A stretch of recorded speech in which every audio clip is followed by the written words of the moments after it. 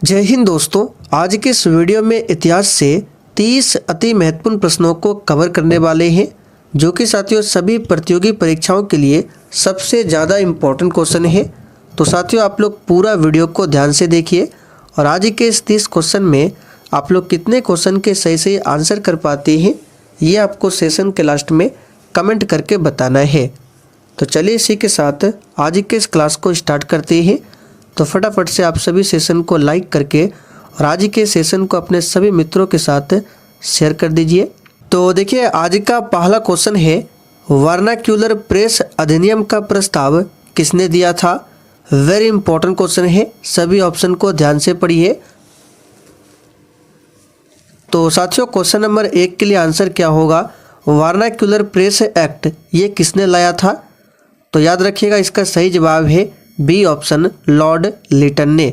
कब लाया था, तो 1878 में। डेट भी आपको याद रखना है, पूछा जाता है कि वर्नाक्यूलर प्रेस एक्ट कब लागू हुआ था, तो 1878 में। और यहाँ से आपको ध्यान रखना है ये जो वर्नाक्यूलर प्रेस अधिनियम है इसे रद्द कब किया गया था, तो 1882 में। और किसके समय में रद्द हुआ था, तो लॉर्ड रिपन के समय में। तो यहाँ से आपको इन सारे फैक्टों को ध्यान रखना है। लागू हुआ था लॉर्ड लिटन के समय में और रद्द हुआ था लॉर्ड रिपन के समय में। अगला क्वेश्चन देखिए, गदर पार्टी का गठन किस वर्ष में हुआ था।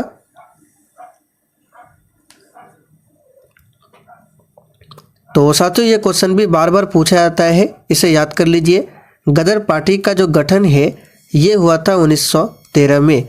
कहाँ पर हुआ था, तो जगह का नाम याद रखिएगा, सैन फ्रांसिस्को में। सैन फ्रांसिस्को में 1913 में गदर पार्टी का गठन हुआ था।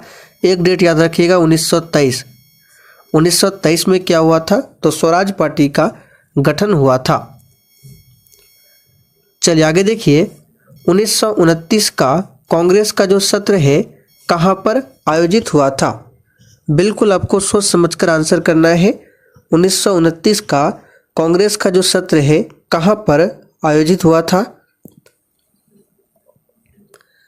तो साथियों यहाँ पर इस क्वेश्चन का सही जवाब है डी ऑप्शन, लाहौर में हुआ था। और इस सत्र की अध्यक्षता किसने किया था, तो पंडित जवाहरलाल नेहरू ने। इसे भी ध्यान रखिएगा।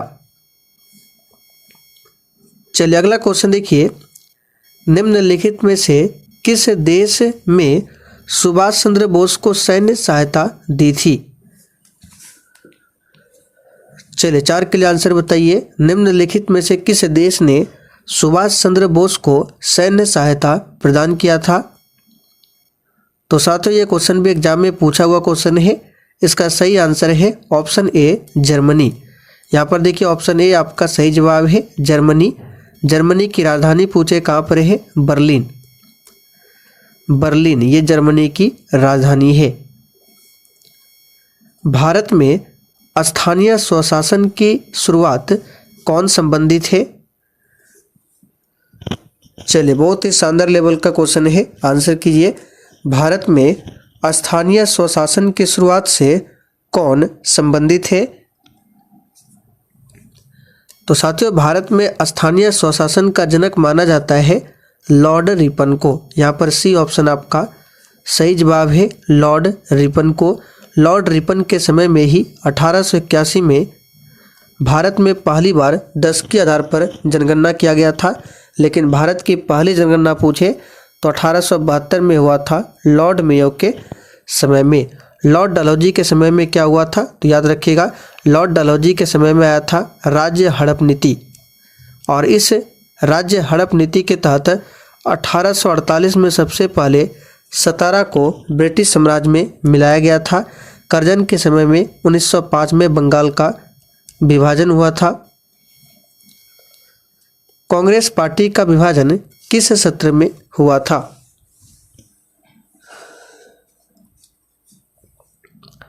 तो साथियों कांग्रेस पार्टी का विभाजन जो है ये हुआ था किस सत्र में, तो यहाँ पर इसका सही जवाब है ऑप्शन ए, सूरत सत्र में, जो कि 1907 में हुआ था। और सूरत अधिवेशन 1907 की अध्यक्षता किसने किया था, रास बिहारी घोष ने, इसे भी ध्यान रखिएगा। सूरत अधिवेशन 1907 की अध्यक्षता किसने किया था? रास बिहारी घोष ने। किस घटना ने 1922 में गांधी जी को असहयोग आंदोलन को रोकने के लिए मजबूर किया था? चलिए क्वेश्चन नंबर 7 के लिए आंसर कीजिए। एक भी क्वेश्चन को आपको स्किप नहीं करना है। किस घटना ने 1922 में गांधी जी को असहयोग आंदोलन को रोकने के लिए मजबूर किया था? चलिए इसका सही जवाब है चौरी चौरा। फरवरी 1922 में चौरी चौरा कांड हुआ था। इसी के तहत महात्मा गांधी जी को असहयोग आंदोलन को वापस लेना पड़ा था। असहयोग आंदोलन की शुरुआत 1 अगस्त 1920 से हुआ था, इसे भी ध्यान रखिएगा। भारत छोड़ो आंदोलन कब हुआ था? तो ये हुआ था 1942 में। कब हुआ था? 1942 में। जालियांवाला बाग हत्याकांड की घटना 13 अप्रैल 1919 को हुआ था पंजाब के अमृतसर में। किस वर्ष कांग्रेस और मुस्लिम लीग ने ऐतिहासिक लखनऊ समझौते पर हस्ताक्षर किया था? तो साथियों इसका सही जवाब है सी ऑप्शन 1916 में। यहाँ पर सी ऑप्शन आपका सही जवाब है 1916 में। 1915 में याद रखिएगा 9 जनवरी 1915 क्या हुआ था? तो महात्मा गांधी जी दक्षिण अफ्रीका से भारत लौटे थे, इसलिए प्रत्येक वर्ष 9 जनवरी को प्रवासी भारतीय दिवस मनाया जाता है। 1906 में क्या हुआ था? तो मुस्लिम लीग की स्थापना होती है बांग्लादेश के ढाका में। और 1917 में चंपारण सत्याग्रह। चटगांव शस्त्रागार आक्रमण कौन से क्रांतिकारी नेता के साथ संबंधित है? और देखिए साथियों, प्रश्नों के साथ हम आपको जितने भी एक्स्ट्रा फैक्ट को बता रहे हैं आपको केवल ध्यानपूर्वक सुनना है। इससे होगा क्या? आपका प्रॉपर तरीके से रिवीजन होगा। तो यहाँ पर इस क्वेश्चन का सही आंसर है बी ऑप्शन सूर्यसेन। सुभाष चंद्र बोस के राजनीतिक गुरु कौन थे?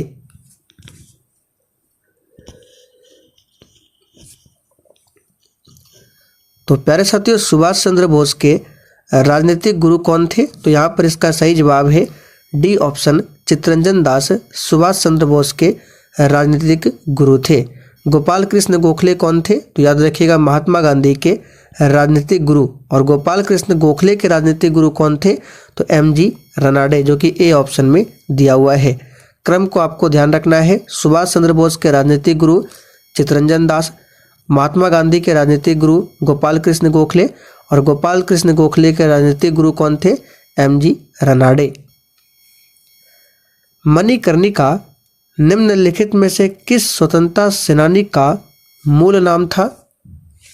चलिए बिल्कुल सोच समझकर आंसर करना है और सेशन के लास्ट में आप सभी को अपना अपना स्कोर कमेंट करके जरूर बताना है। तो यहाँ पर 11 के लिए आंसर होगा रानी लक्ष्मीबाई का मूल नाम था मणिकर्णिका। आगे देखिए, भारत में बंगाल विभाजन किस ब्रिटिश वायसराय ने किया था? तो साथियों, भारत में बंगाल का विभाजन होता है 1905 में, और ये किसने किया था? तो लॉर्ड कर्जन ने। यहाँ पर देखिए डी ऑप्शन में दिया हुआ है लॉर्ड कर्जन ने। सरोजिनी नायडू की अध्यक्षता में कांग्रेस अधिवेशन आयोजित किया गया।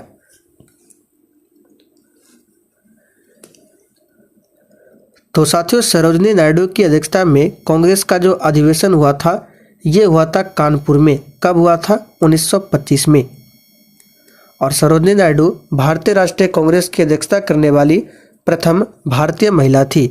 जबकि भारतीय राष्ट्रीय कांग्रेस की अध्यक्षता करने वाली प्रथम महिला पूछे तब आपका आंसर होता एनी बेसेंट। इन्होंने 1917 में कलकत्ता में अध्यक्षता किया था। भारतीय राष्ट्रीय कांग्रेस के पहले फारसी अध्यक्ष कौन थे? तो याद रखिएगा दादा भाई नौरोजी। इन्होंने 1896 में कलकत्ता अधिवेशन की अध्यक्षता किया था दादा भाई नौरोजी ने। और ये कौन थे? पहले फारसी अध्यक्ष थे कांग्रेस के। महात्मा गांधी खालिस्तान में भारतीय राष्ट्रीय कांग्रेस के अध्यक्ष थे। और साथियों जो भी चैनल पर पहली बार आए हैं आप लोग क्लास टाइमिंग को नोट कर लीजिए। ये क्लास आपको डेली शाम 7:30 बजे लाइव चैट के साथ दिया जाता है। तो साथियों महात्मा गांधी किस वर्ष में भारतीय राष्ट्रीय कांग्रेस के अध्यक्ष थे? तो इसका सही आंसर है 1924। 1924 में कौन सा अधिवेशन हुआ था? बेलगांव अधिवेशन। बेलगांव अधिवेशन हुआ था 1924 में। बेलगांव कहाँ पड़ता है? कर्नाटक में। होम रूल लीग आंदोलन किसके द्वारा शुरू किया गया था? तो साथियों होम रूल लीग आंदोलन जो है ये शुरू किया गया था एनी बेसेंट के द्वारा। यहाँ पर आपको ऑप्शन के अकॉर्डिंग चलना है। किसके द्वारा? एनी बेसेंट के द्वारा। होम रूल लीग की स्थापना 1916 में किया गया था। अगर पूछे पुणे में किसने किया था, तो पुणे में किया था बाल गंगाधर तिलक ने। जबकि मद्रास से किसने किया था? तो मद्रास से किया था एनी बेसेंट ने। तो यहाँ पर आपको ऑप्शन के अकॉर्डिंग चलना है। ऑप्शन में बाल गंगाधर तिलक नहीं दिया हुआ है, तो आंसर क्या होगा? Annie Besant. सविनय अवज्ञा आंदोलन कब शुरू किया गया था? तो साथियों सविनय अवज्ञा आंदोलन जो है 1930 में शुरू किया गया था। यहाँ पर डी ऑप्शन आपका सही जवाब है। 1928 में बारदोली सत्याग्रह हुआ था जिसका नेतृत्व किया था सरदार वल्लभ भाई पटेल ने। 1857 के विद्रोह का प्रतीक चिन्ह क्या था? तो साथियों इसका सही जवाब है कमल और रोटी। 1857 के विद्रोह का प्रतीक चिन्ह था। और 1857 का विद्रोह किसके समय में हुआ था? तो लॉर्ड कैनिंग के समय में हुआ था। गांधी जी के दांडी मार्च के समय भारत का वायसराय कौन था? तो प्यारे साथियों गांधी जी के दांडी मार्च के समय भारत का वायसराय था लॉर्ड इरविन। यहाँ पर ये ऑप्शन आपका सही जवाब है लॉर्ड इरविन। इसका कार्यकाल याद रखिएगा 1926 से लेकर था 1931 तक। गांधी इरविन समझौते पर किस वर्ष में हस्ताक्षर किया गया था? तो साथियों गांधी इरविन समझौते पर वर्ष 1931 में हस्ताक्षर किया गया था। और एक साल बाद 1932 में क्या हुआ था? पूना पैक्ट। किसके किसके बीच में हुआ था? तो भीमराव अंबेडकर और गांधी जी के मध्य में हुआ था 1932 में पूना समझौता। होम रूल लीग आंदोलन किस वर्ष में प्रारंभ हुआ था? सही आंसर है 1916 में। भारत में सविनय अवज्ञा आंदोलन का नेतृत्व किसने किया था? तो साथियों भारत में सविनय अवज्ञा आंदोलन का नेतृत्व किया था किसने? तो यहाँ पर इसका सही जवाब है महात्मा गांधी ने। सविनय अवज्ञा आंदोलन कब हुआ था? तो वर्ष 1930 में सविनय अवज्ञा आंदोलन हुआ था। 1946 के कैबिनेट मिशन का नेतृत्व किसके द्वारा किया गया था? तो साथियों कैबिनेट मिशन प्लान ये 1946 में आया था और इसमें 3 सदस्य थे। कौन कौन थे? तो इसके लिए हमने एक ट्रिक बताया था आपको, पास। आपको ध्यान रखना है कैबिनेट मिशन प्लान भारत के लिए क्या था? एक तरह से कह सकते हैं पास था। पी से आपका हो गया पैथिक लॉरेंस जो कि ए ऑप्शन में दिया हुआ है। ए से हो गया आपका ए.वी. अलेक्जेंडर और एस से आपका हो गया सर स्टेफोर्ड क्रिप्स। तो इस कैबिनेट मिशन में अध्यक्ष कौन थे? तो प्रारंभ वाला यानी पी यानी कि सर पैथिक लॉरेंस। निम्नलिखित में से किस कवि ने 1857 के विद्रोह का वर्णन किया था? तो साथियों 1857 के विद्रोह का वर्णन किया था मिर्जा गालिब ने। यहाँ पर देखिए बी ऑप्शन में दिया हुआ है मिर्जा गालिब ने। भारत छोड़ो आंदोलन किसके कार्यकाल में हुआ था?